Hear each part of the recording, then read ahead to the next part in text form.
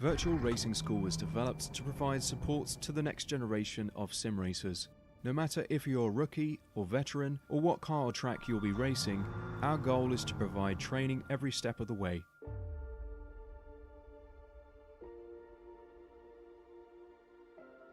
We found that iRacing can be quite difficult without proper training. There needed to be a way to prepare for on-track racing.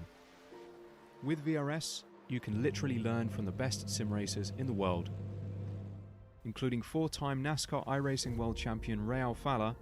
And Ray Alfala is a four-time champion of the NASCAR Peak Antifreeze iRacing Series. Three-time iRacing Grand Prix World Champion Martin Kroenke. Martin Kroenke becomes a three-time world champion. Rallycross World Champion Mitchell de Jong. Mitchell de Jong is now champion for the iRacing Rallycross World Championship Series. And many other top sim racers. Data packs include everything you need to start learning. Our World Championship coaches create the data packs by setting a hot lap or a series of fast laps for you to compare, analyze, and replicate. Data packs also include a tutorial where the coach points out techniques they use to hit the fast lap. This gives you access to the latest driving techniques and setups before you even hit the track. Sign up for a free account and download the VRS telemetry logger.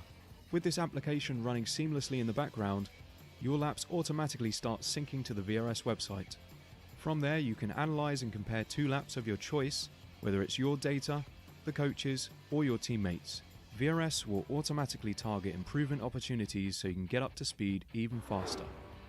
VRS also makes it easy for you to request and schedule one-on-one or group coaching sessions. These sessions can range from 30 to 90 minutes, and you can select the car, track, and setup combination of your choice. Visit virtualracingschool.com today to sign up and get started.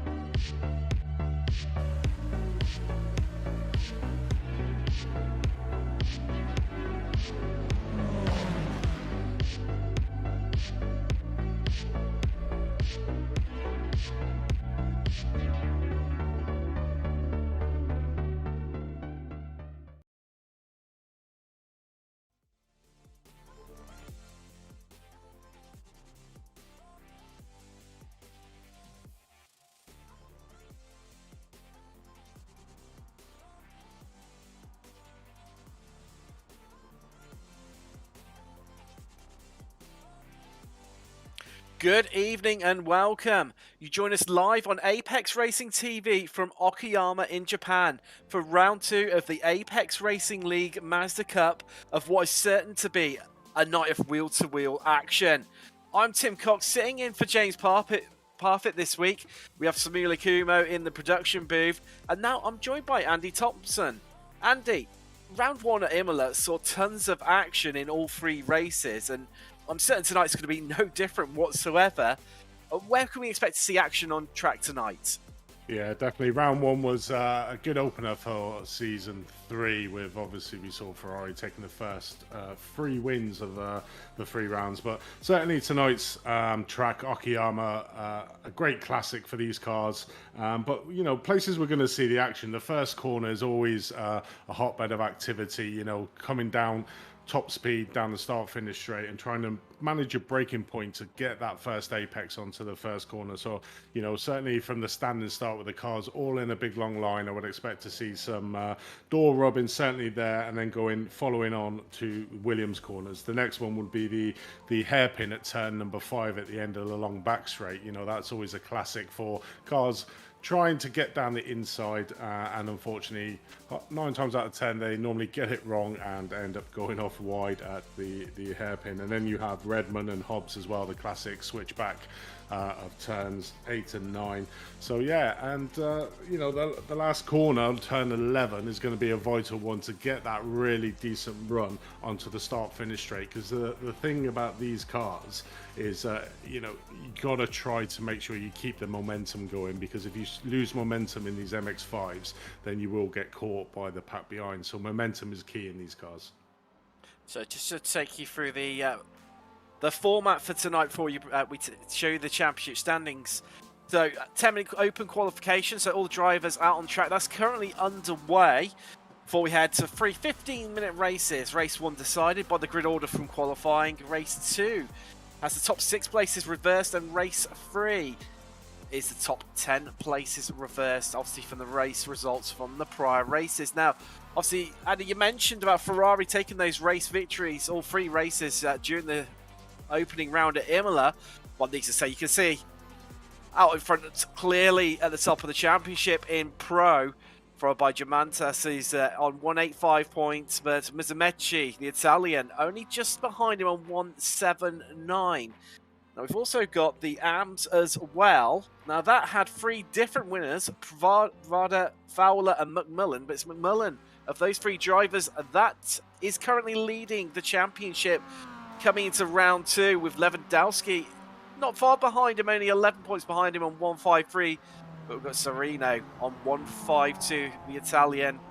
So it's looking really, really close within both the championships. There's still a long season ahead of them. And Andy, I think a good thing to get the viewers acclimatised with Okayama would be to, if we can head on board with one of our drivers and we can take them on a flying lap. As we we're watching Josezek just come through the last couple of corners there. It's through a Mike Knight corner before he heads down to the conveniently, well, no, sorry, I was corner heading myself there. He's coming through Mike Knight now, and then down to the conveniently lane for the commentators, the last corner, and over to you. Yeah, so basically vital there, getting a nice wide line out, using all the track on the left-hand side, and then literally just going up through the gears. Hopefully, oh yeah, terrible, we get one that stops, that's great. As we see coming down into turn 1, so the braking mark will be the blue mark cone on the right-hand side.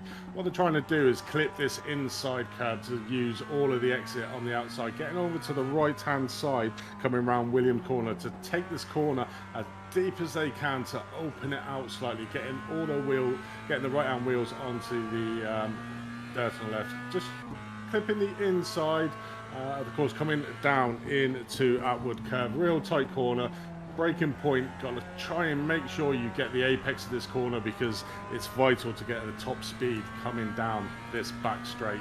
So pretty much the car's flat out now, coming down into the hairpin of turn 5, one of the probably treacherous corners of the track, staying right over to the left, braking at the last moment, probably the timing tower on the left hand side there, braking right down and trying to get the most of the curves on the inside, just holding off the acceleration because you want to make sure that you're over onto the right hand side for this next set of corners coming down here through Revolver and then into Piper. So trying to cut the corners as much as you can.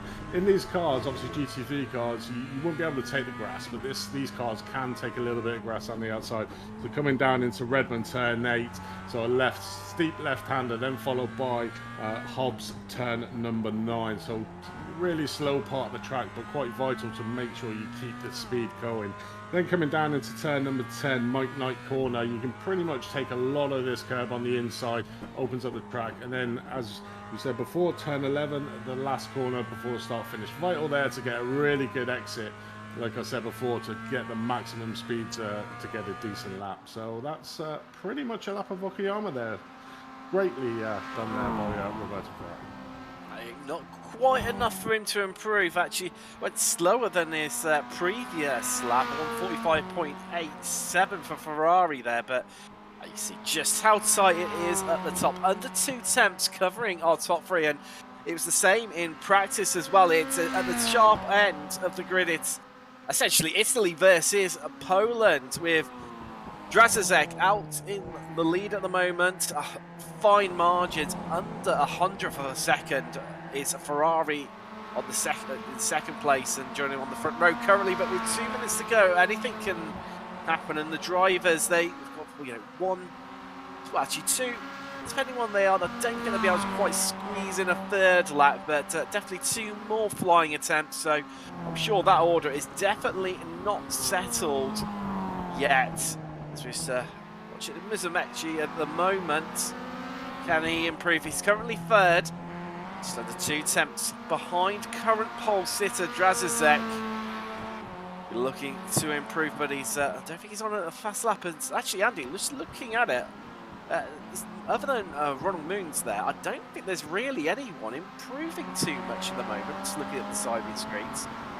No, definitely not. It just looks like you know, with having the open qualifying, it's the age-old battle trying to get that slipstream, but also making sure it doesn't impact on your lap. So it's measuring it up, and you know, this is where the teammates will come into their own, as we see second and third both teammates. And obviously Drazizek in first place at the moment. A bit out there on their own, but Ferrari and Drazizek teammates to be able to get the draft certainly down that long back straight, which is vital to getting that extra tenths of a second, because we can just see how tight it is at the top of the leaderboard at the moment by 9/1000ths of a second. Ferrari is behind Drazizek. So, you know, Ferrari, we know, exceptionally fast driver. So the ones to probably watch in the front of the field will be Ferrari, Musumeci, Simonek, and Pinocchio, although he's not having the best of qualifying at the moment down there in P11, but he certainly was one of the stars of the back end of season 2 of the Mazda Cup. So obviously his first round, missed the first round, and come and join the season at the second round, which is not all lost because there is one drop round within the series. So he's still going to be in the hunt for the points. Yeah, so just take you through your grid. Drazizek, he is on pole with Ferrari alongside him for company. And then we've got Musumeci and Simacek. Obviously, continue, as we said earlier, that Poland versus Italy battle at the front end in the Apex Racing League Mazda Cup. Then we've got Moons and Jamantas on row 3. Sorensen has Skinner for company on row 4. Lewandowski and Russ Fowler round out your top 10. Then we've got Pinocchio and Guzans in 11th and 12th. 13th is Pedro Dominguez. Then we've got Hex Valentine, the American, in 14th. Then it's Fredericks and Walsh, Pravada and Sereno in 17th and 18th. Andrew Brammer is 19th with Steve Cox, and making it all English row 9 there. And then we've got Pancode Hydraday, Nathan Healy, and Ronald Van Rutrecht rounding out your 23-car grid. It's obviously a standing start. Get ready for everyone to take to the grid, and then it will be lights out. We'll be heading for 15 minutes of fun, 15 minutes of action as the mad race becomes down to turn 1. Who will come out on top into turn 1 and who will be victorious? Can someone in Pro break Ferrari's winning streak? Obviously, as we mentioned earlier, taking all 3 wins at round 1 at Imola in the Pro category.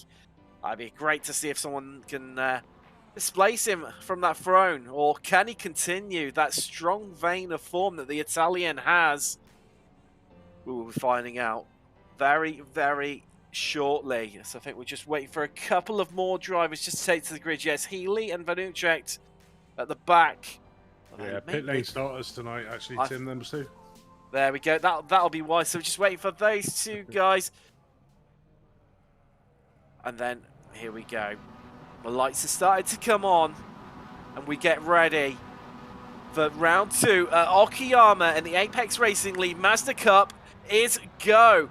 And wow, absolutely great start there from the 110. That's Sorensen in the background making real good gains, but it's Drazizek who takes the lead into turn 1, and Ferrari and Musumeci, they're battling hard, almost going side by side, but Ferrari's coming out the stronger. Now Musumeci's got Simonek for company, and they're all those 2 go side by side now, heading around and coming towards Moss S for the first time, and then it's around the long swooping right-hander that is Atwicker before they head out onto the back straight, but it is Pavel Simonek who has got in head of Enrico Musumeci into that 3rd place, and a great start from him. But just looking down the order, actually, Hex Valentine's the best starter so far. Up 2 places is the American to come down the back straight, and now it's going to be hard onto the brakes into the hairpin corner for the first time.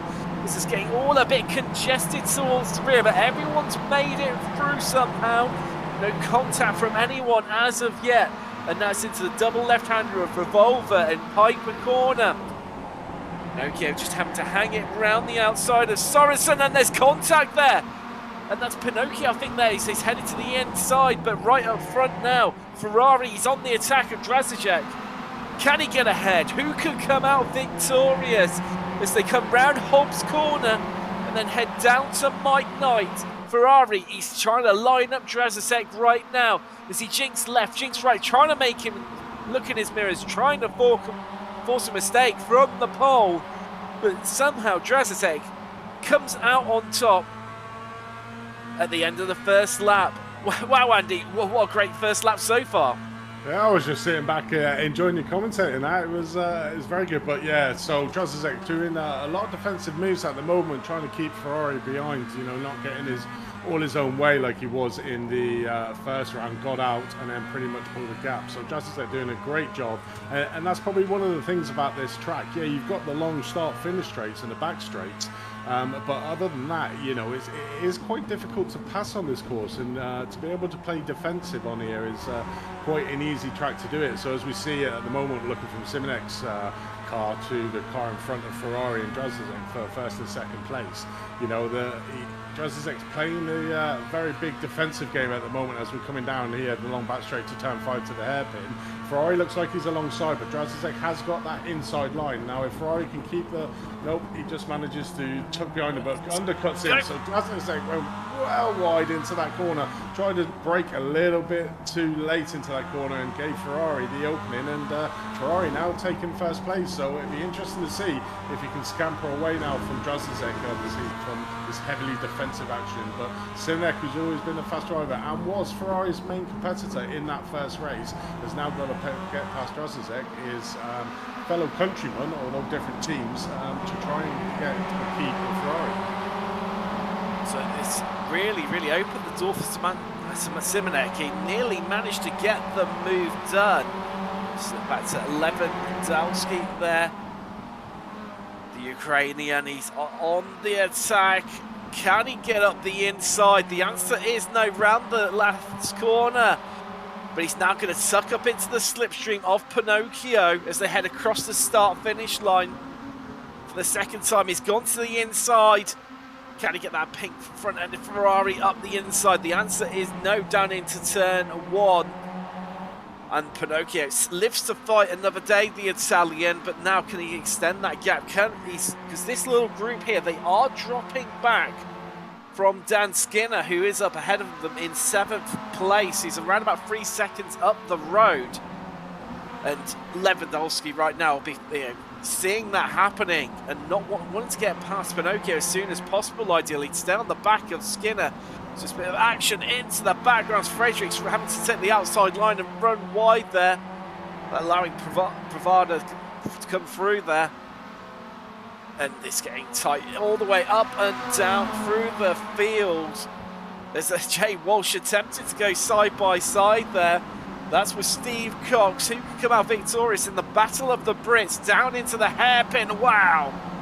And that was incredible because Steve Cox just shutting the door there on Jay Walsh, and where he did, it's killed the momentum of the Brit. And that's backed him up into Bavada and Fredericks right behind him. And now he's gone from looking like he's going to attack Jay Walsh into having to defend to the 2 cars behind him. We might get a bit of cover now as they come round Redmond. I think he's managed to keep that one safe there, potentially, Andy. Yeah, definitely. I mean, that's what we always come to love to see in these Mazda. You know, they're not the fastest cars on track, but, you know, they make up for it for the door-to-door action that you always get on these tracks, as we're watching Sorensen here trying to fight back from his spin that he seemed to have with Pinocchio early on. Currently sat in 19th place, lining up Hydra in 18th place down the start finish straight. So should get a good run down here going down into turn number 1. So we'll see if we can get it. Done. Here we come. Here comes Sorensen to the inside, but Hydra just shutting the door on him, but running wide way, slightly outbraked him, and that's allowed the Dane to come back at him. Headed to the outside, it's the Dane, and now he's going to look to try and get that switch back, try and get the drive out of Piper Corner on the short, sorry, out of Williams there, sorry, through the Moss S's and round to Atwood. But I think he just seems to be sitting back at the moment as Hydrojay just running wide again there, and that's gifted Sorensen through. He's a man on a mission, dropping 11 places after you mentioned that incident he had earlier, Andy, with Pinocchio. And he's really on a recovery drive, and well, just looking at it there, actually, he's not managed to get past. Clearly that damage to the front end affecting the aerodynamics in that car, but Hydrojay again just running a little bit wide, and Sereno's just sat behind them, just trying to pick them off, but not managing to be successful as of yet. Oh, definitely not. As we, it's very tight game, like we're saying on this track. It's very hard to overtake. You know, there's a lot of defensive lines that the guys can take on this track. And Sorensen's obviously struggling here a little bit, trying to get past the amateurs to try and get them up as we come on board here with J. Walsh, taking a little bit wide and probably getting up onto the inside. But you know, Walsh will have a decent run out of the last corner, as we should probably see now him go back past Prada, coming down here into the first corner. So Prada to get very tight there, coming in there. So we see if J. Walsh comes out, tries to get down the inside and manages to get not quite. It's close. It's close. Oh no, as we've lost, yeah, is that Fredericks behind them? Yeah, that's Fredericks, just outbraked himself, obviously trying to make, you know, just pop through and trying to capitalise after that little battle there between Walsh and Prada, but outbraked himself, and it's cost him massively, dropping 3 places, and he now finds himself behind the Belgian Fredericks. But look at this, trying to go 3 wide here. It's getting really, really tight. We're already around about half race distance, and these drivers know it as they start to try and make some moves. Battles up and down the field right now. It's hard to know what to cover. Shows the tightness of this race. But look at these two, Hydrojay and Sereno. Who's going to come out victorious? Down into the hairpin is Hydrojay, just running the car wide yet again, and Sereno just nicking that place, but not over yet. Here comes Hydrojay. Yeah, again, he's going to have the inside line for the next 2 corners. But he's not able to quite make it count, and Van Utrecht is a little bit surprising. Oh, as he nearly runs into the back of them, where he's got such a good run out of the corner. Here he comes. Can he get up the inside? And it's got to really, really feel right now for Panko Hydrojay, because he seems to be just going backwards at the moment, Andy. He's just getting unlucky on his lines, and running wide as well as he shuts the door there massively on Van Utrecht. He's now swarming all over the back of him, just about coming around the last corner. Yeah, I think the problem he has is he's playing defensive quite a lot, and if you look at his lines going into the corner, he's not on the optimal line, like to try and cut the corner down, so it's affecting his speed. A lot of the cars behind him are taking the racing line, and unfortunately he's been put in a position where he can't, as we sort of watch again. Oh, no, that's slightly wide. Can he recover it? Oh, that's a massive tank zapper, but somehow Hydrojay saves it. Absolutely spectacularly, but that has allowed Nathan Healy to nip through there. But coming back to the front, look, you can throw a blanket over of them as Ferrari having to go defensive to the inside there. Drazacek, can he cut past through? This is really, really tight. They're almost holding hands. So they go side by side, round Revolver, then round Piper, and that's the short run down to Redmond. But right now, with 5 minutes to go, this could go absolutely any way. Such as the tightness at the top between these 4. Yeah, definitely. I mean, Ferrari's not had this race all to his own like he had the first 3 races, really. So he's proper in a fight in this battle. 5 minutes left, and exactly that. 4 cars are still in the mix. A little bit of a gap over to P5 for Germantus, but certainly anybody in this top 4 group here has got a really good opportunity to fit. One of the surprising things is that I would expect the slipstream to be a lot more stronger than what it currently is. It doesn't seem to be that strong here in Okayama. You know, the cars are not able to make the most of them big long straights, and that makes it a lot harder for the cars in 2nd, 3rd and 4th to try and make make a move on the cars in front of him. So Drazic at the moment is doing a fantastic job at the front, just holding them all off and not giving them the opportunity for Ferrari to try and get him past. Yeah, it's. I tell you what, it's going to be really, really interesting, and obviously we're into the second race where we will have the top 6 reversed. That would mean right now that Moons would be on pole.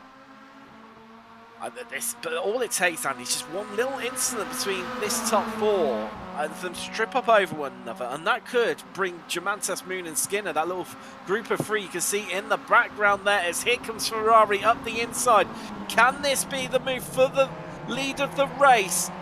He's coming very, very close as there's contact there between Ferrari and Drazic. As they come round Revolver, head down Piper, but look who's looming in the background. It's Simek. And wow, Drazic running really wide onto the grass. They're all tripping over each other right now, fighting it out for the lead. There's in a little group of 4, 2 by 2, coming round Hobbs Corner. They're going to head down this short straight now to Mike Knight, and this could go absolutely any way. We've only got around about 3 minutes left, which is going to be about around 2 more laps left of race 1. And this could go absolutely anyway, but somehow, after all that battling, they come back round across the fast start-finish straight in the same order as what they did last time around, Andy. Yeah, definitely. You know, it's really great racing here, 2 by 2 into corners. It's like going into Noah's Ark, you know, around every single corner at the moment, as we see Ferrari there managing to get on the inside, but Drazic will have the inside for turn number 2. Ooh, bit of contact there from Simonek. And that was on Ferrari, and it's getting really, really close. Right now, there's only 3 temps covering your top 4. As you can see them absolutely crawling all over one another.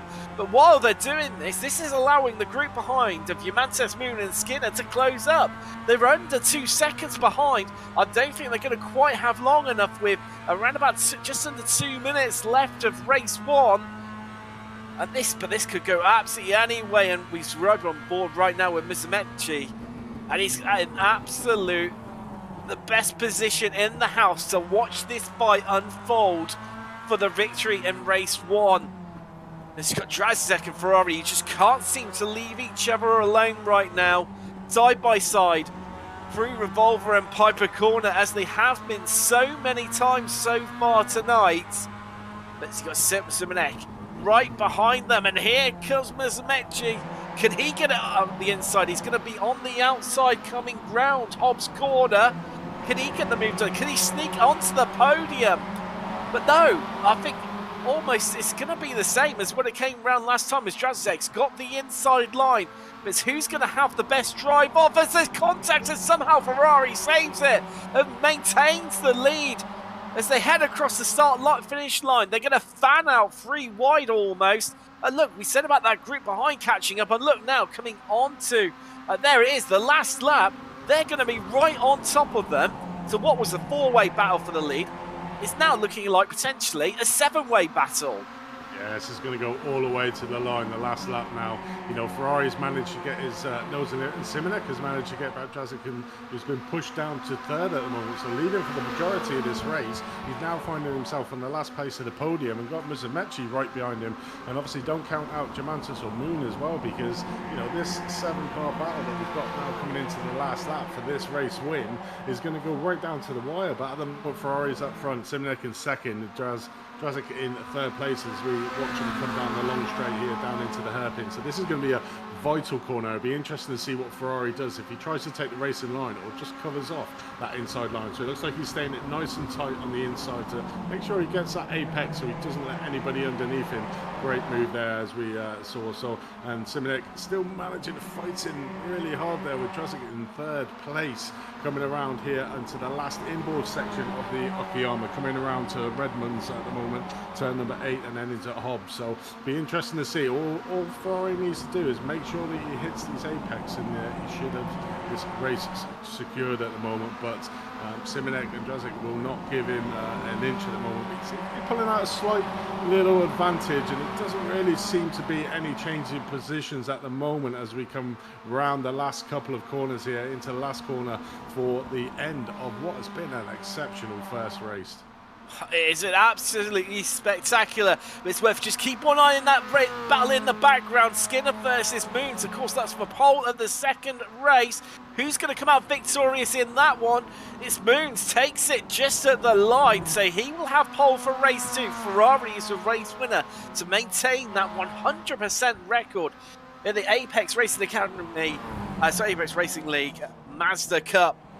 And wow, so just watching the last few drivers start to come across the line. We've just got from 13th downwards, so there's Walsh coming across the line, and Sorensen, not too bad of a recovery drive from him. See, after that earlier incident with Pinocchio, finishing in 14th place. Sereno comes home in 17th, Privada 18th, Van Utrecht 19th. But you've got to feel for Paco Hydre coming home in 22nd in the end. You mentioned it early, Andy, about getting caught up on those lines of being defensive, and just unfortunately, it just cost him dearly in the end, man. Yeah, definitely. Yeah. But, great win there for Ferrari. He certainly had to work for that one in that race, keeping up his 100% record at the moment. But it's going to be tight into the next races. So we'll quickly run through the grid. So we've got Ferrari first, Simonek, Drazik, Musumeci, Mantus, Moons, Skinner, Pinocchio, Goossens, Lewandowski round out your top 10. Russ Fowler, Dominguez, Walsh, Sorensen, Fredericks, Cox, Sereno, and Pravda up to P18th. And the back end of the grid, we have Vucharek, Brahma, Healy, Hydra, and Valentine. So they're your race 1 results. So, obviously, Ferrari maintained that 100% race victory in the championship so far. But Goossens taking the AM victory there to maintain another 100% record in the terms of we've had 4 different winners from the first 4 races of the championship so far. This could go absolutely anyway, but here we go. Straight into race 2. Moons is on pole with Jamantas alongside. Here come the lights. And race 2 is go. Who could get main victorious? We've got all the protagonists behind these guys at the front, but it's a blinding start by Musumeci, and he's going to look to the head, the inside, but who's going to come out victorious into turn 1? It looks like it's going to be Jamantas, who's in Moons really wide there. But we've got Musumeci just tucking up right now behind Moons. And it's getting really, really close as that's Drazik just running wide out into the gravel, but not losing it there. And it would have been an absolute disaster for him if he had have done for his championship hopes. So almost trying to go 3 wide here, coming down into into Atwood there as they head out onto the back straight for the first time. And they're all over each other right now. And I think that Ferrari at the back of this little pack of 6 at the front, not you can really tell it's a pack because they're all over each other. The whole field you can see in one camera shot there, and they're going 3 wide down into the hairpin. Hold tight, everyone. That's Dražicek on the inside. Can he get the drive off the corner? Yes, he can. And somehow jumps 2 places in 1 corner. But Jamantas, he's fighting back. He's not letting him have it either way. He's a Lithuanian. But he's somehow managed to get through as Dražicek. And the pole is currently takes the lead here for race 2. But just looking in the background there, Moonsy's under attack. And it's getting really, really close up and down the whole field now. As Moonsy's, he's got that, it's Musumeci. He's got for company alongside him on the inside. Musumeci just reluctantly, this Moon's backing out of it a little bit there. But look who's leaving behind him. Ferrari. The man with 4 race victories, the 100% record in pro. Can he do it? As they come across the line for the first time. Dražicek, Jamantas, Simonek. So Simonek, your top 3. Then we've got Musumeci. Ferrari's just getting past Moons there for 5th place. Then we've got Skinner, Pinocchio, Goossens, who's leading Am right now. And then Dominguez, the Portuguese driver, in 10th, Andy. Wow. Yeah, Drasazek, I mean, what a first opening lap for him, moving up 3 places. You know, a great move off the grid, getting up alongside, and then making that exceptional move there, coming down into turn 5, the hairpin, managing to take 2 places. So we've got Drasazek up 3 places. The one that's seems to be struggling at the moment is Ferrari. This could be put a pay to his 100% record at the moment. You know, in 5th place, and as we know, this is quite hard to pass around, so he's a bit off the pace at the moment. Still sat there in 5th place, but he's still got to try and get past 4 cars as we watch him come down here into turn number 5 of the hairpin.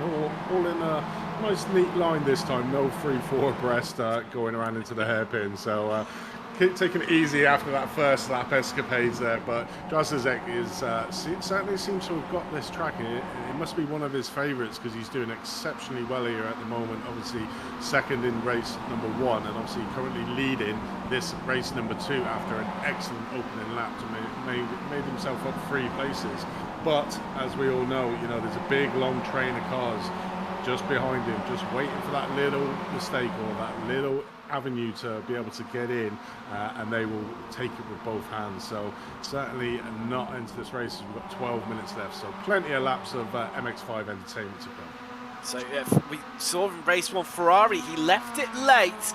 It looks like it's going to be the similar time, but also just like race 1 as well. So we go Ferrari just setting the fastest lap of race 2 so far, 1:45.3.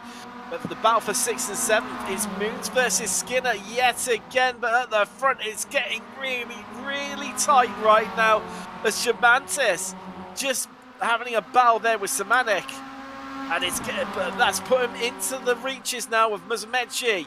He's also then got Ferrari. Musumeci just heading to the inside, and wow, little tap there, but somehow Jamantas holds it. But that's going to leave Musumeci vulnerable. Here comes Ferrari. Can he get in the slipstream? He's going to move out to the inside of the track, just trying to leave it as late as possible. Trying to get as much of that slipstream as he can. He's going to see a late lunge up the inside into the hairpin. Let's find out. Though he's going to sit behind them by the looks of things. It's Roberto Ferrari. It's so close, Andy. It's so close. This could go anyway. Yeah, definitely. You know, the 2 teammates there from Pro Drive Esports, Musumeci and Ferrari, it'd be a tall order for Ferrari to try and take out his own teammate there. But, you know, Musumeci just giving him that inside line into Redmond there, so managing to secure that 4th space, tucking in nicely behind him is Musumeci. So we have Ferrari moved up to 4th place now, and just getting onto the back of the top 3, but we've got Drazic and Simonek, the 2 poles in 1 and 2 at the moment, and they must have been doing some international practice here, Tim, because these two guys have been really strong this round. They have been incredibly, but right now you've got Jamantas right in the filling in this Polish and Italian sandwich, right in the middle there, really mixing it up with these guys, but equally holding his own as well. And just to keep you up to date with what's happening down in Am, Guzans is still winning that. He's down in 9th place. His closest competitor is Fowler, the Brit, who is 2 places behind in 11th place. But Guzan has got a nice time buffer to him of just under 2 seconds, so looking comfortable at the moment. But with just over a 3rd race distance gone, absolutely anything could happen, and that could change within a heartbeat. We've seen it already here tonight. We saw it a week ago at Imola as well. How quickly things could change in the Mazda MX-5 Cup. As we just look at Moons versus Skinner over 6th place. As there we go, Skinner heading a real late lunge to the inside. He's going to get the move done. He's going to get the drive off the corner. Yes, he is. And Moons is now looking vulnerable. He could lose 2 places in many corners, but somehow Ronald Moons keeps hold of that position as the Italian Pinocchio. He's right tucked up behind him. He heads to the inside as Pinocchio is trying to make Moons look into his mirrors, force a mistake from the driver from Belgium, and somehow he's just, can he get it done? He's really, really pushing that Mazda MX-5 right around the outside. Moons is going to have the inside line now into Mike Knight corner. It's then the short run down to the aptly named last corner, and somehow Moons just keeps hold of it. But while they've been battling, look, Guzans from Am, who we ride on board right now with. He's caught right up to the back of Amandi, and that looks like Pinocchio is going to get the move done. He's going to have the inside line there into turn 1, but no. Somehow fights it back. He takes the inside line, cuts back on him. These two, they can't separate him. 1 minute it's Pinocchio, next minute is, well, not even a minute, next second it's Moves, but here comes Jens Guzens. Can he capitalise? Can he pick the pair of them off? Let's find out why they're going to go wing mirror to wing mirror as Guzens just comes off worse from that, and that's allowed Dominguez through, elevating him up into 9th. And where I was saying about Guzens sitting comfortably at the top of Am, while they've all been battling, that's allowed Fowler to catch up. You can see him just in the background there, and it's getting close, but right now at the front, that's Simanchek versus Strasicek. And Ferrari somewhere, he's made his way past Germantas. I think that was down into the hairpin. So Ferrari making moves and just slowly picking his way to the front. As we just over halfway distance, but here we go. This is going to be close. Wow. It's weird in my timing tower there. So Strasicek was out. I was like, what happened there? Oh, wow, that would have been big drama. But Ferrari definitely a man on the move. Last time around, he was the fastest, set the fastest lap of the race so far, 145.28. But the way he's been gaining time on this top 2, I think he could be on for yet another fastest lap. The way that Ferrari is going, determined to keep hold of that 100% record. Can he keep hold of it? Well, we're going to find out in 6 minutes time. And it's well, I don't even know what way to call this, Andy. It's going to go, and it could go absolutely any way.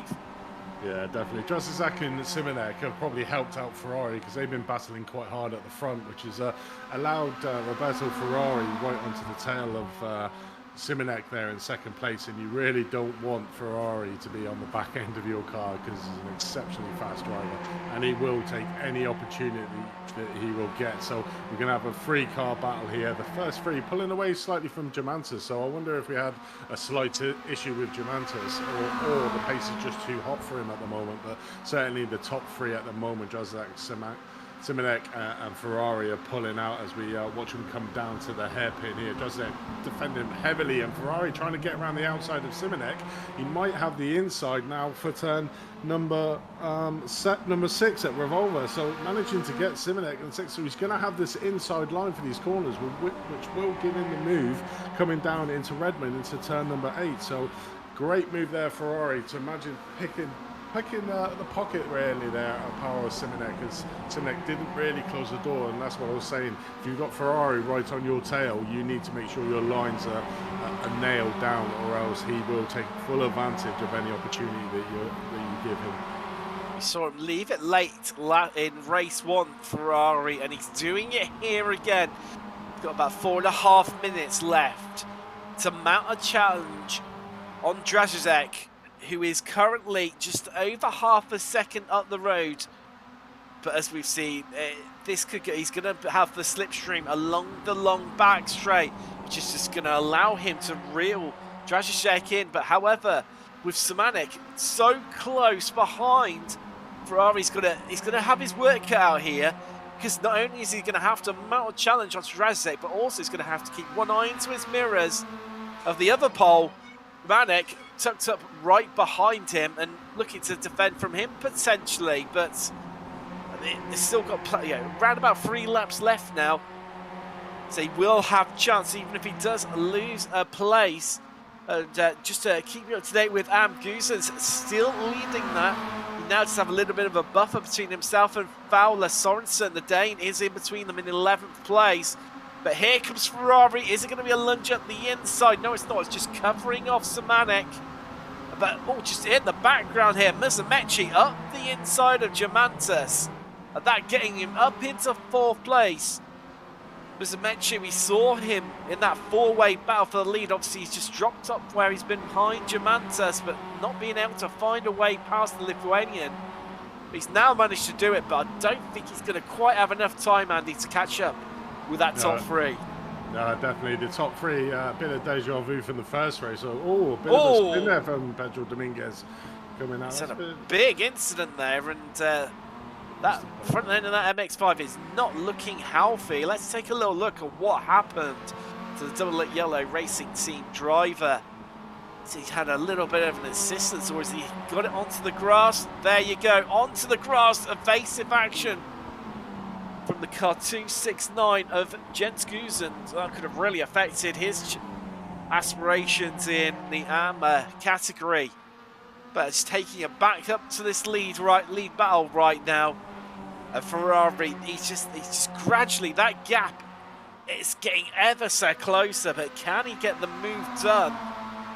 It's only a couple of minutes to find out, but I don't know if I can wait that long, Andy.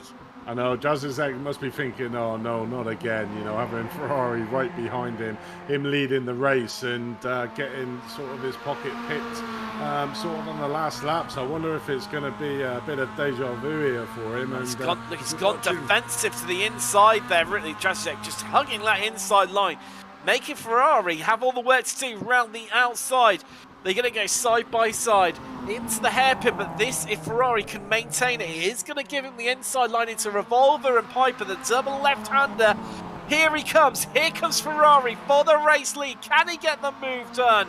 Could Dražicek fight back? He's going to have the better line round the outside. They're going to come free wide off the next to the corner. Dražicek shuts the door on the pair of them, trying to close down any momentum as Ferrari and Samanik have a bit of a coming together there, but somehow managed to get through it somehow. But Dražicek not able to capitalise and get away. Ferrari still tucked up right behind him, Andy, and wow, that was nearly a big incident between our top three there.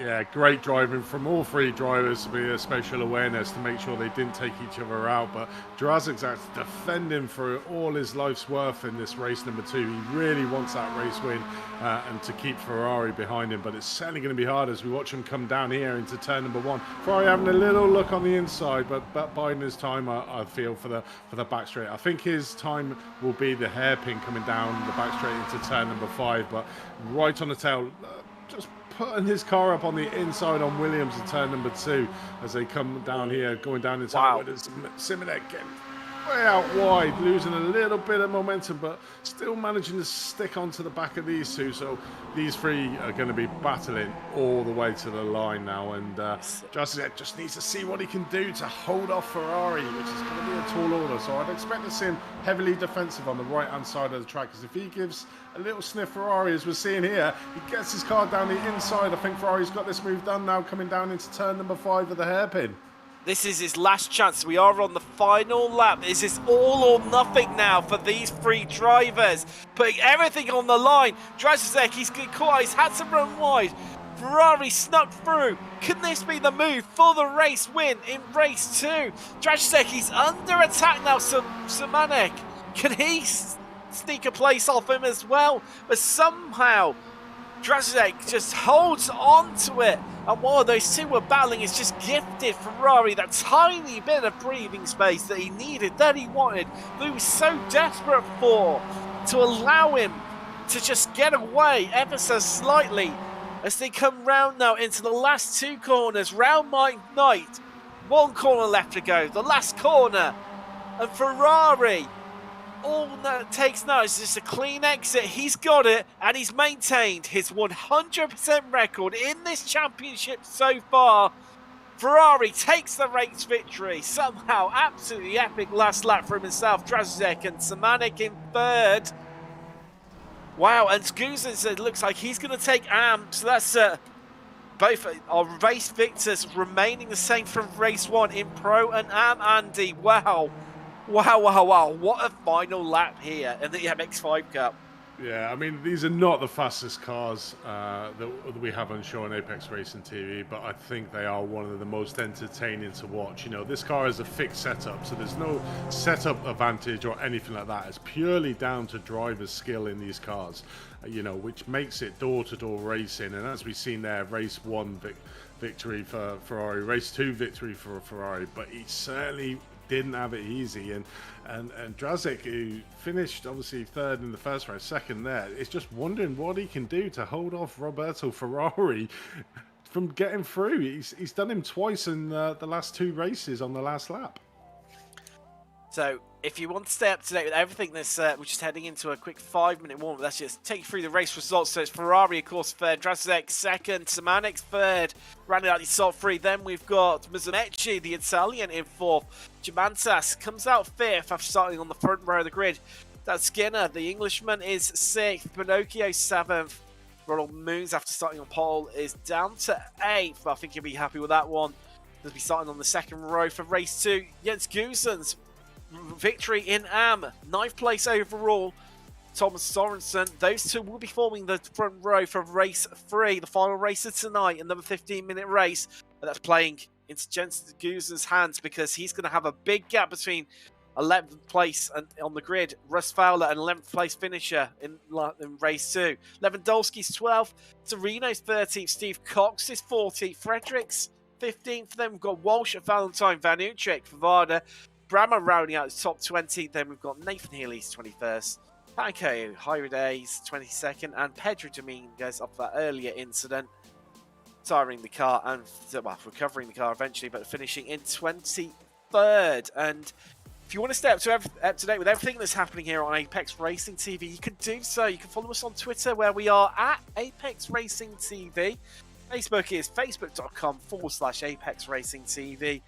And Instagram, that is, funnily enough, Apex Racing TV. Now, we've just got this quick 5-minute break between the two races. We've got a chance to. Big thanks to our sponsors tonight. We've got Apex Racing Academy with 29 data packs, setups, track guides integrated with VRS, weekly group coaching sessions, plus more.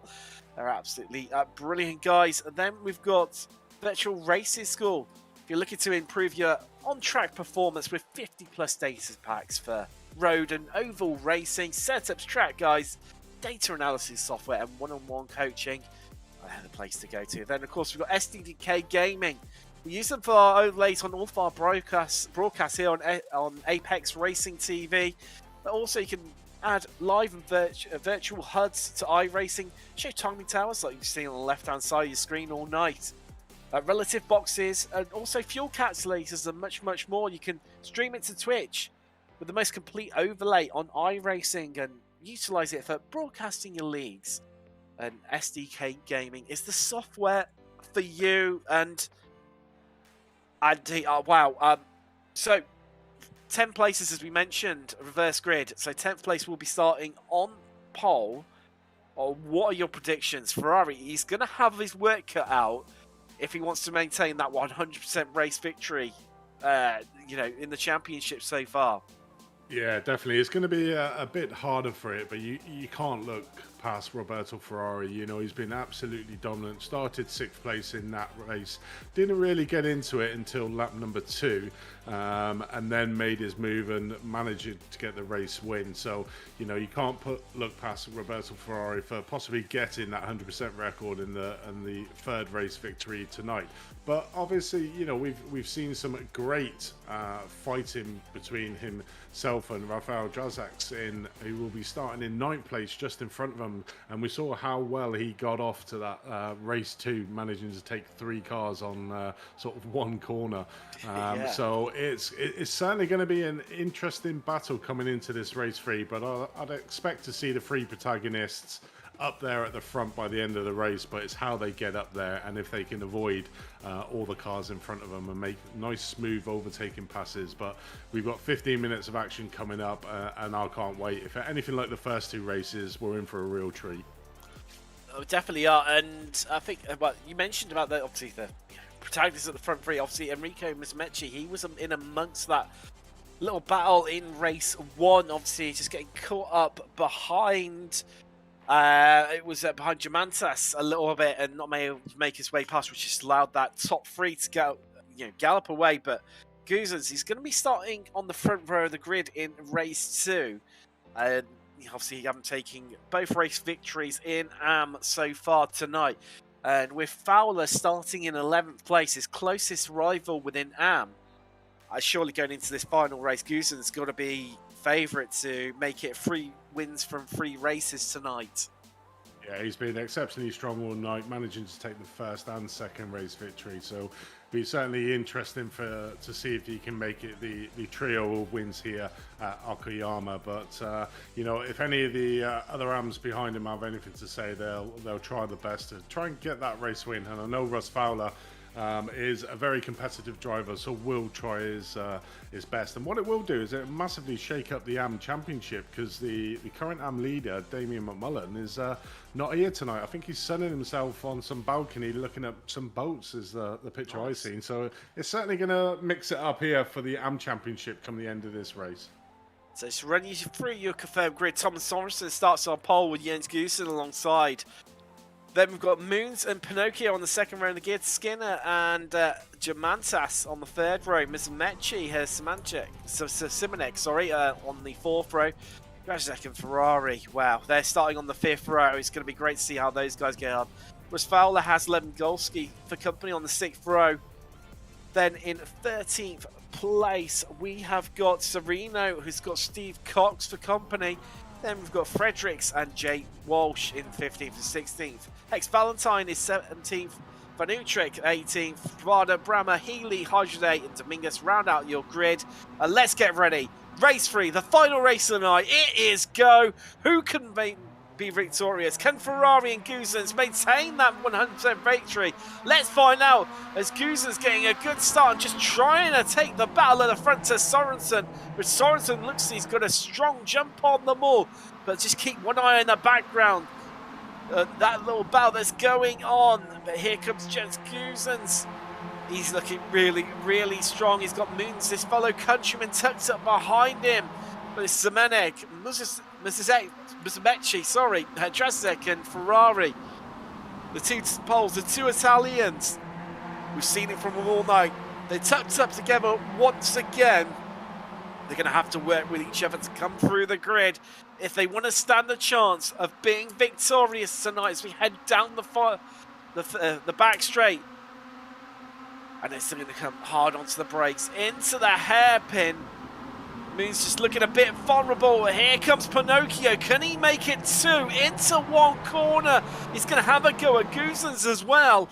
Can he get the move done? He's going to be on the outside. Goosens goes defensive. That allows Moons to fight back at him. And can he take back the place he's just lost to Pinocchio? The answer is no, temporarily. As Pinocchio forces everyone to the left-hand side of the track. They all come out of it and swing back towards the right. But that little battle behind you, they're still all locked together. Samanik, Drazek, Mizmechi and Ferrari are still in 7th, 8th, 9th and 10th. As Steve Cox, I think he's had a bit of an instant. Oh no, Steve. He's either had some sort of coming together or lost it there himself at the back, and he's taken a tumble all the way down, and Jay Walsh as well, where he got caught up in it and blocked by Steve Cox. The two Brits now find themselves at the back of the field, but just taking you back up to the front. It's still Sorensen's, Goosens, Pinocchio, Moons for your top four. Jamanta, Skinner, Timozek, Drazek. I've got Drazek showing as being out. Oh no, I think it was just. It's done it again. Yeah, I think it. All of a sudden, it just didn't register for one of the sectors there. I thought we'd lost one of the main protagonists from tonight, but luckily just an issue. Ferrari's 9th, Mizmechi, he's down to 10th. He's lost a couple of places, but with so much of the race left to go, Andy, I don't think you'll be too fussed by that one quite right now. No, I mean, there's not massive gains as we look there in the timing tower. Mizmechi is the biggest loser there, losing 3 places. But as you can see there in P7, you got Simonek, Drazek in 8th and Ferrari in 9th. You know, not really making much of a headway at the moment on this early part of race number 3. But I'm pretty sure that they will be starting to make moves in the near future. But what is really good is Goosens at the moment, sat in P2, the top of the AMs. You know, the next AM from him is down in P11th. So he is sitting pretty... Oh, that's contact. That was Skinner there, and he's on the outside. He's managed to rejoin safely somehow, just getting across just in a slight gap there. But that's really, really affected Dan Skinner's race. We've seen him finish around 7th and 8th place in the last couple of races. He's going to have his work cut out now, as he's down all the way down to 17th place behind Dominguez, who's the Portuguese driver just looking on a bit of recovery himself, obviously after that incident in race 2 meant he had to start at the back of the grid in race 3. These 2 pro drivers are going to have to work together if they want to try and sieve their way through these ARMs and get back up to the fight. But Ferrari, look, fastest lap of the race so far, but here comes Germantas on Moons, and he's got the move done to get himself up into 4th place there, Andy. Yeah, definitely. So we see Simonek, Jazik and Ferrari only moving up 1 place from where they were, so not really making inroads into this lap number 3.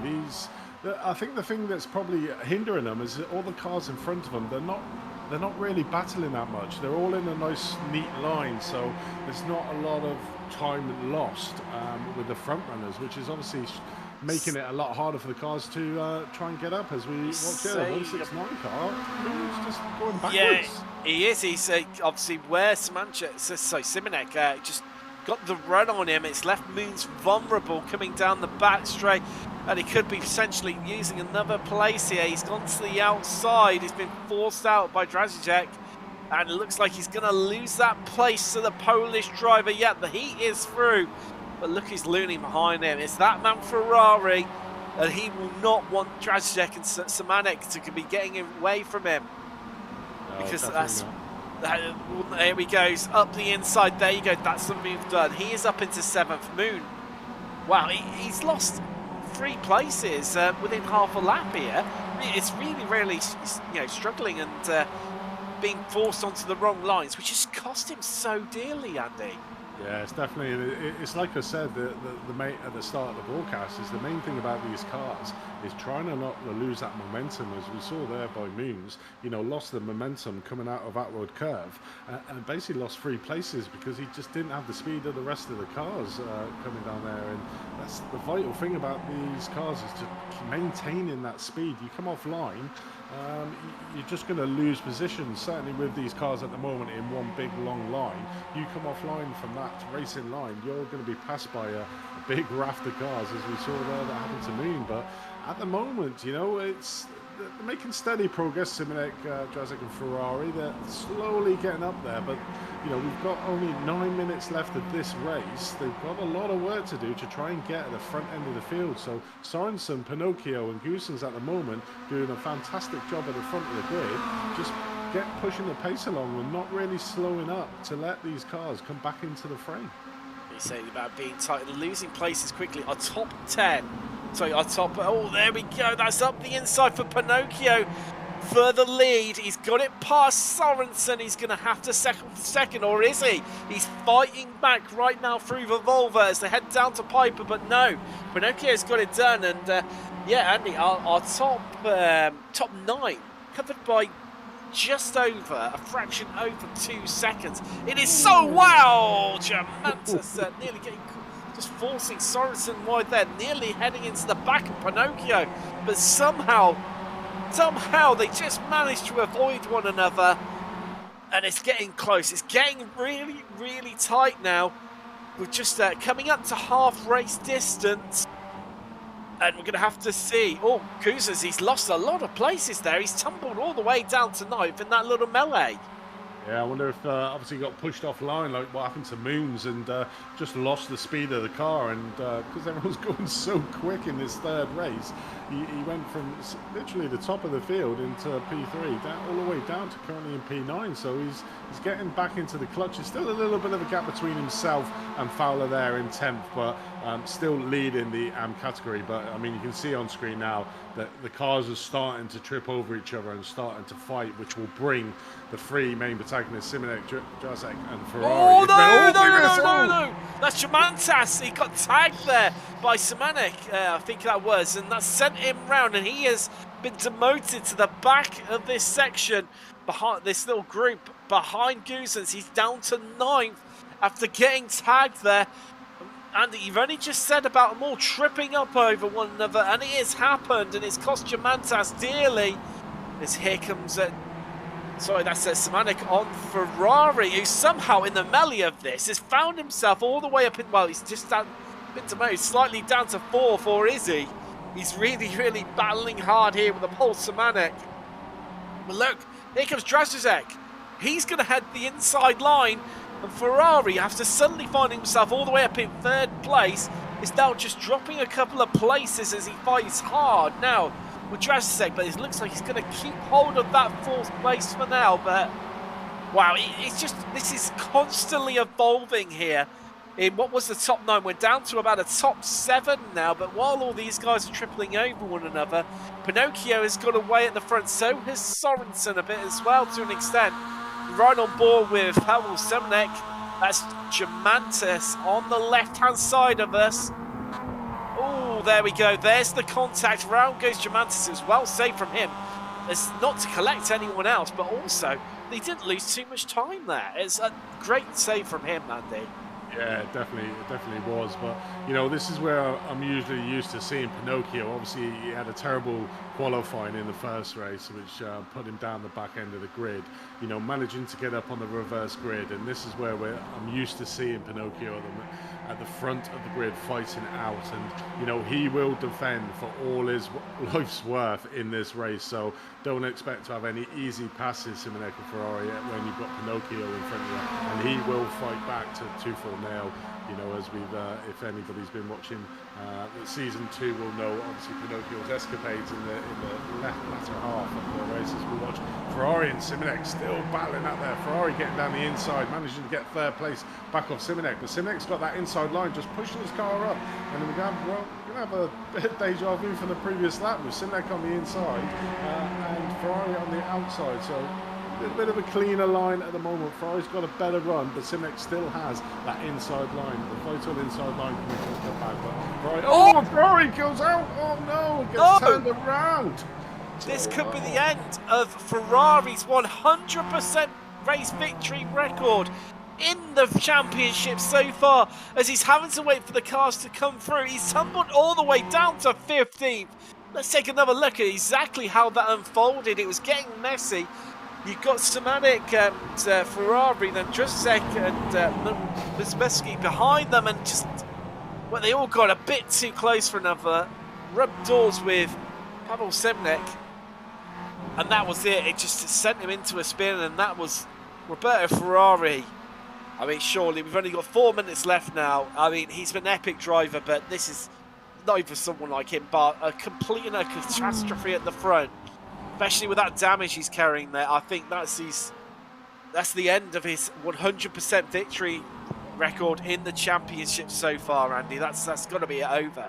Yeah, definitely. You know, the man that is Ferrari is certainly not going to come back from that. But, you know, one thing, and big kudos to him, was that he could have actually tried to get the car going a lot earlier, but actually held his line, let the cars come through, looking at his relative. And basically had a safe rejoin on the car. He could have seen that red mist and just carried on, but he didn't. So big shout out there to him for that one. But as we watch this battle at the front now, Sorensen right on the back of Pinocchio now for this race 3 victory, which will be a brand new winner of the Mazda Cup here. Not having Roberto Ferrari, it's going to be a new person that's at the top seat of this race number 3. But Pinocchio at the moment sitting out there in 1st place, Sorensen in 3rd, and Simonek in 3rd, but he's literally all over the back of Sorensen at the moment. And been in quite a few incidents this round, Simonek, you know, that could be penalised. You know, obviously the guys can obviously put in penalties against other drivers, which an independent steward does look at after the race, and then apportions blame where it's required. But he's certainly been in a lot more incidents in this race than we have seen him in any other round. Let's just say it's looking close at the top end of the pro category. Just keep you up to date with Guzens is still leading that. He's in 6th place. Fowler is up into 8th place. You see him on screen. Guzens, he's got Jamantas. He's on the bit of a recovery drive, just tucked up right behind him. So obviously for the victory overall. Who's it gonna be? As Mizmechi, he's on the attack. Well, he's defending actually from Drasek. He's going to have to take it round the outside. Drasek is going to have the inside line. He's going to get the drive off the corner, but he's going to leave himself vulnerable, as Muzamechik is going to have the slipstream along the back straight, but up in front of him, the Manek, he's going for 2nd place against Sorensen. Sorensen's on the outside. And he's going to have the inside line for the next 2 corners into Revolver and Piper. But he's not managed to keep it alongside, and that has allowed Simonek. He's managed to get it through, and now he's going to hunt down the Italian Pinocchio. Yeah, he's not got a lot of time left, though, to do it. He's no, he hasn't. 1 minute 20, so you're probably looking at one more lap for these guys. And Simonek on a bit of a charge at the moment, trying to chase down Pinocchio. So it'll be interesting to see what happens in this last lap. But Sorensen a little bit off the pace there from obviously getting hit a little bit wide there from Simonek. Has just got a little bit of air between himself and Simonek at the moment. So I think the race is certainly for this top position with Pinocchio and Simonek at the moment as they come over for the white flag lap, I believe. It's quite possibly the largest amount of gaps at the front end. There you go. There is the white flag being waved furiously. And probably the biggest gaps we've seen so far tonight out of all the 3 races at the sharp end. As Ronald Moons just locked in a battle with Pedro Rodriguez there. And Rodriguez just getting past Ronald Moons for position. And that's brought him up into 10th place for the Portuguese driver. Next up the road is Lewandowski, but with under a lap left to go, I don't think he's going to get it done. It's way too ahead. He's a further 3 seconds up the road. But the battle for the lead, I think that's starting to emerge closely as there's only 2 tenths between them. Pinocchio, he's going to have to go defensive. Zmanacek, he can sniff, he can smell the victory potentially. He's just in front of him. He's on the cutback. He's going to get through. He's gone to the inside, but here comes Pinocchio just trying to get his nose up the inside alongside Semantic's gone wide out onto the gravel. This is going to allow Pinocchio to close right up for what is going to be a fight right to the line between the Pole and the Italian. Who's going to come out on top? They come round Redmond. They've only got 3 corners left to go. Here is Hobbs, is one of them, and there's contact. And Pinocchio just taps the back with the big contact. Big contact from behind as well. Semantic is gone from winning to he's tumbling down. And Pinocchio somehow is going to emerge victorious. I think the stewards might be looking at that one after potentially, but look at that battle that's happening behind him. Who's going to come home in second? Sorensen, is he? No! He's locked just to the line to Mazda. Wow, look at that, just how close they were over the line. On half a tenth, so it's 0.05 of a second separating second and third. Drazazek comes home fourth, Jamantas fourth, Guzan keeping it that 100% race victory record for tonight, takes the AM victory. And wow, it wasn't the photos finish of the 2 cars I was expecting, Andy, but wow, we got one there. I'd love to see another replay if our Samil, our producer, can get hold of it. Yeah, that was certainly right on the line overtake there by Mizumechi over Sorensen coming in there on the line. But yeah, it was a bit unfortunate that they had, it looked on the screen, it looked like a bit of net code there between Pinocchio and Simonek coming into that second to last corner. But, you know, Ferrari had it done to him, them last 2 corners, Redmond and Hobbs. So Ferrari obviously got spun out at Redmond, and Simonek got spun out at Hobbs. So all changed there, you know, and that would have been vital for Simonek for the Championship Pro League to get vital points over Ferrari, who was down in 13th place after his spin, you know, and then all of a sudden he gets taken out and he ends up in 22nd position. So it's never over till it's over, that's for sure. Here we go. Let's take another look at how things unfolded. We've got Pinocchio. Oh, I think, was it a little tap there? And that was just enough to unsettle the car.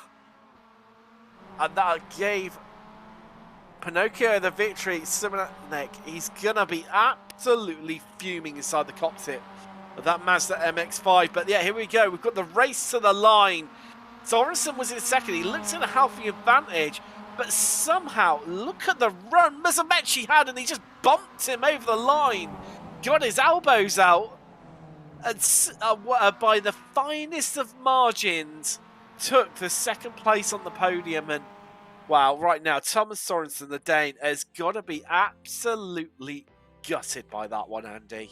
Yeah, definitely. It's a bit of a touch and go. He may feel that obviously that hit that Musumeci came into him obviously cost him that third place, because he hit him quite hard coming down that start finish straight there to bump into Sorensen. So it'd be extremely interesting. But here's the race results for race number 3. Ivan Pinocchio, your first non-Ferrari winner of the Apex Racing League Mazda Cup Series 3.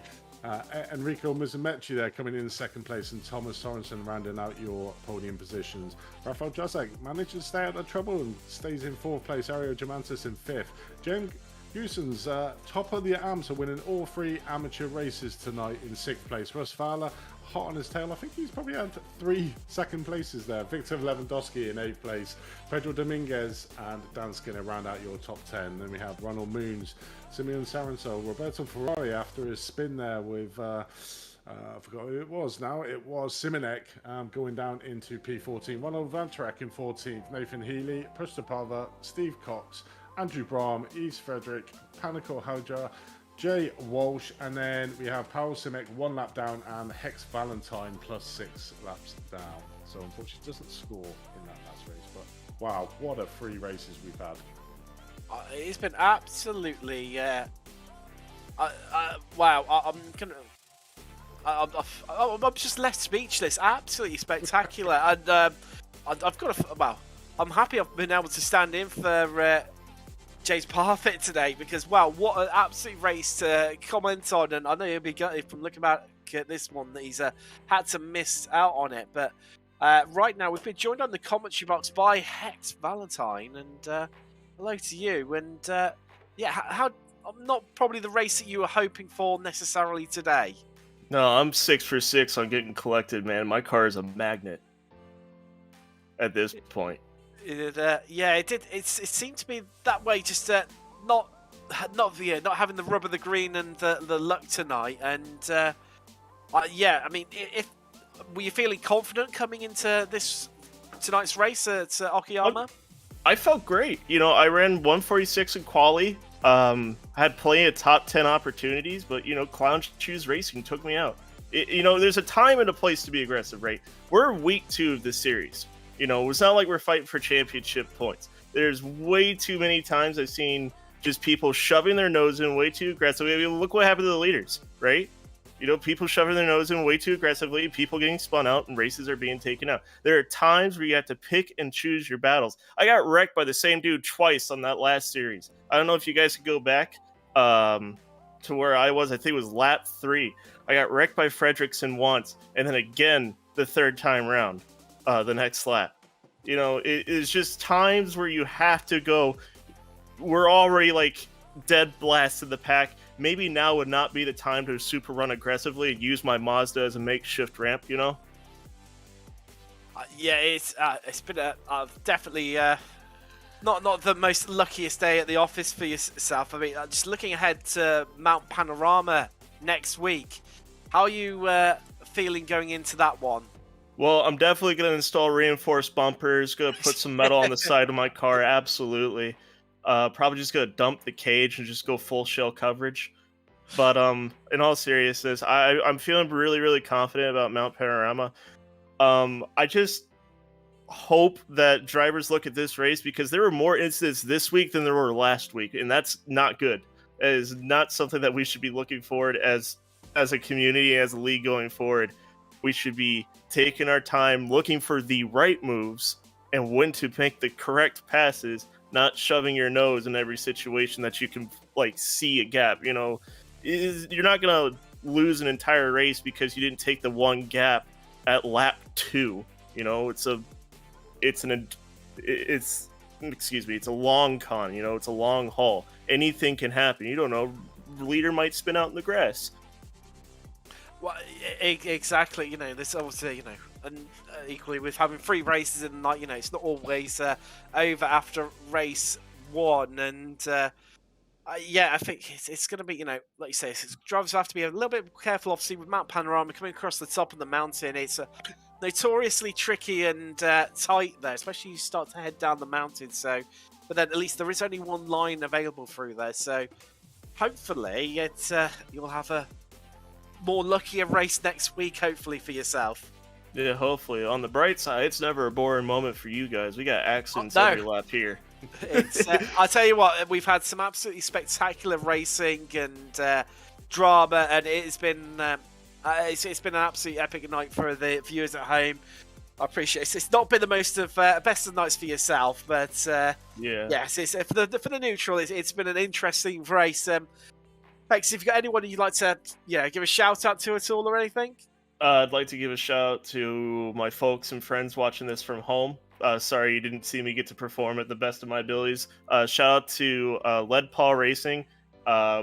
They paid for my season this year, and I'm very, very frustrated that I haven't been able to finish above the 20th spot just because of my luck. And shout out to all of the admins that are going to have tons of paperwork for this race. I know it's going to be a very busy night for them. Definitely. Brilliant. Hex Saladine there, thank you very much for joining us for a chat, post-race chat. Thank you guys for the great commentary. You guys are killing it in the booth there. I'll catch you guys later. Thanks very much. Andy, is there anyone you'd like to have a chat with at all? Let's get Thomas Sorensen into the booth. Hello, Thomas. Welcome to the booth. Obviously, getting P3 there in race number 3. I mean, how happy are you with tonight's results? Well, it was a bit of a roller coaster. I mean, the first race, starting from P7, I had a spin in one of the last corners on the first lap. And from there on, it was just managing to get as many positions as possible in the next 2 races. And obviously just making it into P10 in race 2, which gave me the pole position. And almost managing a P2 in the last race. Yeah, that was epic. You know, you'll see yourself back on the screen on that. It was literally, it must have been about a thousandth of a second between yourself and Musamechi coming over the line there. So a great view. But, you know, how do you find this track in particular with these sort of cars? We were noticing on stream that it was super hard to try and get a decent clean pass on drivers. Did you find that you had to try to be a little bit more aggressive on the passing to try and get it done? Yeah, definitely. I don't know if it is the track that is more narrow than last race, or if people are just way more aggressive today than they were last race. But it was definitely difficult to overtake. And you really had to push your braking points to try to make a pass. Yeah, definitely. I mean, the slipstream didn't seem that strong around here. I thought it would have a bit more of an effect, certainly on that back straight and sort of the start-finish. But we didn't really see the passing manoeuvres that we thought we would see with the length of them stretch. And normally the slipstream effect of these cars did you actually feel that on track?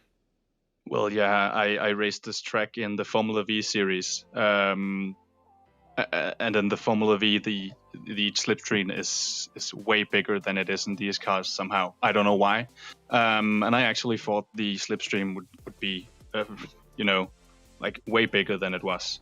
So it was difficult to overtake.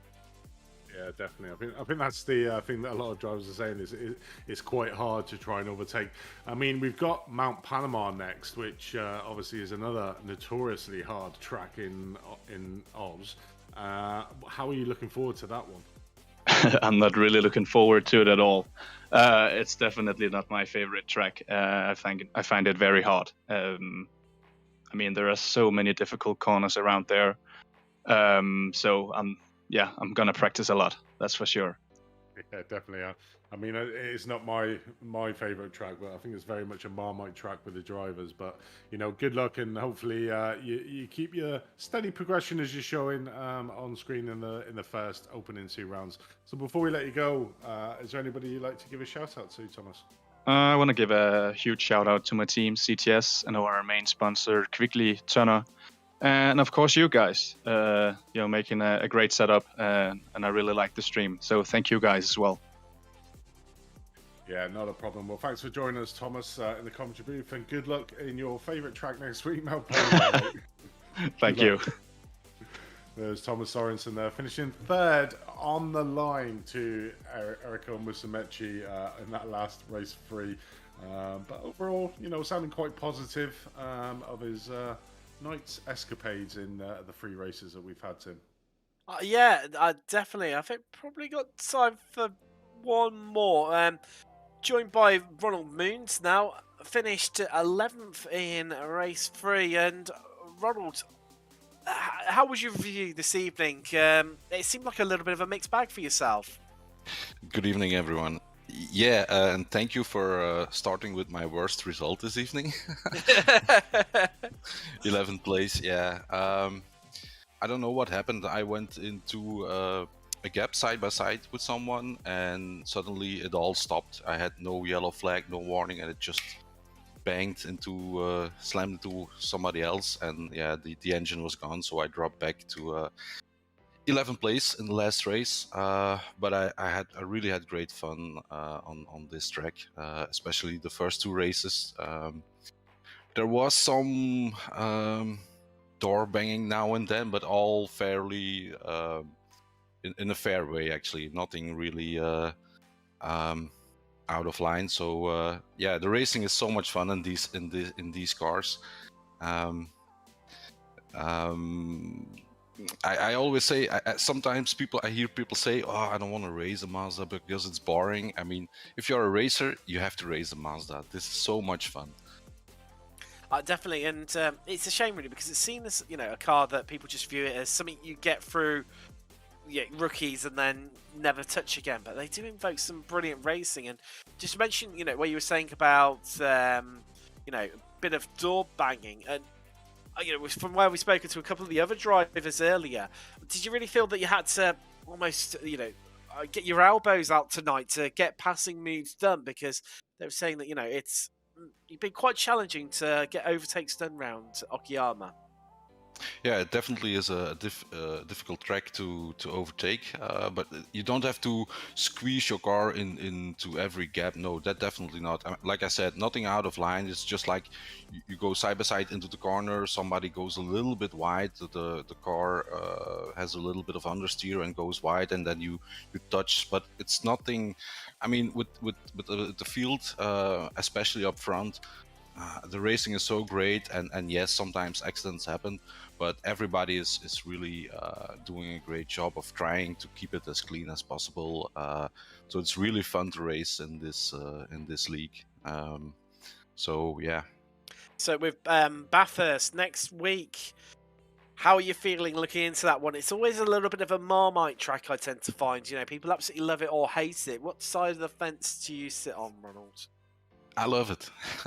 It can go horribly wrong, of course, but last time out, I believe you were there last season as well.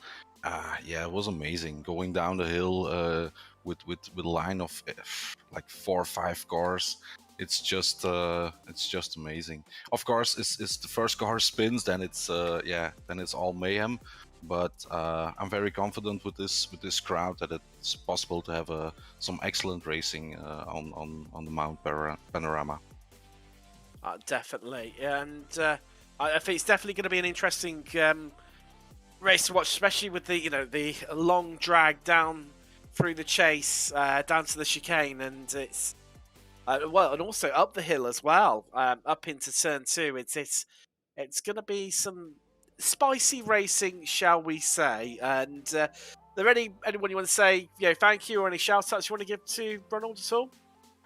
Yeah, of course, you guys for setting up this league and broadcasting the whole thing, and just the other drivers for being an amazing crowd to race with. So I'm very thankful that I can join this grid, and yeah.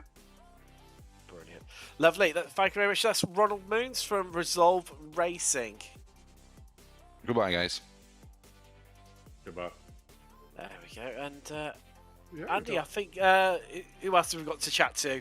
Yeah, we got Panico. So obviously, welcome Panico to the commentary box. So Panico, obviously this is your first league experience, I believe, in the Mazda Cup. How's it been for obviously this being your very first league? So I wouldn't say it's my very first league in general. It's my first league for iRacing. It's been strange, honestly. It's taken a little bit to get used to. A lot of fast drivers, a lot of very competitive drivers, especially this race. So it's taking me a little bit to get used to. A little bit more than what I am used to over on the. I'm normally on the Assetto Corsa side rather than the iRacing side of things. So it's a little bit more to get used to. But it's been super fun. I'm actually having a whole lot of fun, especially racing against people so close in what is literally my favorite car of all time. So it's been a lot to adjust to, but it's been fun. I think after a little bit more, I will get better with things and get faster and faster and actually finally become competitive. So. Yeah, I think that's one of the main things. Obviously, people expect to come into these leagues and be Michael Schumacher or Hamilton straight away, but it does take time to actually get the practice in on the tracks, get the cars, and being in the league environment compared to the iRacing environment does make an absolute massive difference. The step up is quite big, and is that one of the main things that you're finding with this championship? I have definitely found that the difference between because obviously everybody's driven in like MX5 rookies, and I've been doing a little bit of advanced MX5 myself a little bit. The difference between that and this is enormous. It is I would say a much more difficult time here, but at the same time it's way more fun. It's way more competitive, and that's what I like, especially as someone who loves being up close and personal with people. But I don't expect to be a Michael Schumacher or a Hamilton. I just want to, be me, come in, have some fun, hopefully improve my racing, improve my racecraft a little bit, and just, have some fun. Yeah, definitely. I mean, I think that's the main thing. I mean, we got Mount Panama next, and we've been asking the drivers. It's very much a Marmite track. Either you love it or hate it. Have you got any experience around that track? Yes, but not in iRacing. So I've driven Mount Panorama in ACC, and I absolutely love it. That is one of my favorite tracks of all time. That downhill straight is probably my favorite section of the track. But obviously that was in ACC, and that was in like a Porsche or something. So racing it in the Miatas is going to be a completely different experience. So that might change my opinion of things. But I'm very excited for it. I'm already thinking of how I can improve for that for next week. Figure things out. So, yeah. Well, in your best car, in your favorite car, on your favorite track, you couldn't ask anything more for the league. You just need to put it all down onto the track. So, Panicle, thank you very much for joining us in the booth tonight. Would you like to give a shout out to anybody? Yeah, so I'd like to give a shout out to everybody over at Let Paul Racing. I'll just say thank y'all for supporting me throughout this. Thank all y'all for hanging out and being chill folks with us. I don't know if my family is watching, but if they are watching right now, hey guys, thank you for supporting me through this. Love y'all. If any of my friends are watching this, hey y'all, love y'all. Thank y'all for supporting me. I also want to thank Pravda, really cool guy, really good friend of mine. Honestly, he's helping me through this and everything, helping me get faster. Really cool racer, really cool person. I want to thank y'all for putting on this league and actually giving me this super fun time. And I guess everybody else that was watching the Twitch chat, watching Twitch, I want to say thank y'all to that, and all the viewers over here on Apex Racing. Brilliant. Well, thank you very much for that. And we look forward to hopefully seeing you out in Mount Panama for the next round. So thank you very much for joining us. All right, thank y'all. That was Panicle there, obviously brand new to the leagues, Zara. So it's always good to get the aspect of the new drivers in a league, Tim. It is, yeah. It's especially seeing where he's saying about the transition from a set of course to iRacing, and where he said he's had to make a few adjustments. It's always interesting to see the differences between the various sims and how it translates, and yeah, I think he's from what you say, I think it's definitely going to be one to watch out for as the season progresses and he builds in confidence. So, yeah, looking forward to see him in a few rounds' time, and as he's progressed more and more.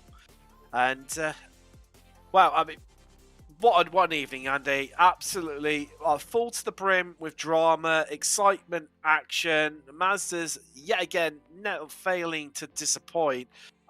Thank you to everyone who's posted in the chat on YouTube. I mean, really sorry we haven't been able to get to speak to any of you really much. It's just been so manic here tonight with so much action. So thanks likes of DW Mida, Jack Crew, Damien McMullin, Jacob B. We've got else there, Paolo and Sandri, Mario Franco, Zanatis, Pugmo. I'm sorry if I've missed Alessandro Martinez. Sorry if I've missed anyone else's name out there. Wow, what a race. Andy, I'll give you one word to describe tonight. Epic. There we go. So, just if you're... if tonight just wasn't enough for you, in around about 3 hours' time on Apex Racing TV, we have got the IndyCar Open Series. That's round 5. They're heading to Zandvoort this week, and that's going to be definitely a really interesting to keep an eye on. Also, the Riptech World Challenge, round 3. They are off to Suzuka, the GT3 Challenge, so that'll be an interesting one. And then also, tomorrow night, we've got the ARL GT3 Pro Trophy. That's another GT3 league. Phillip Island is in that one, I think. It is. There you go. That will not fail to disappoint. Always a great track for the GT3s, that one. And wow, what a night. Absolutely spectacular. From myself, Andy, and Samuli in the production booth, we will see you in a week's time at Mount Panorama. Thank you and good night.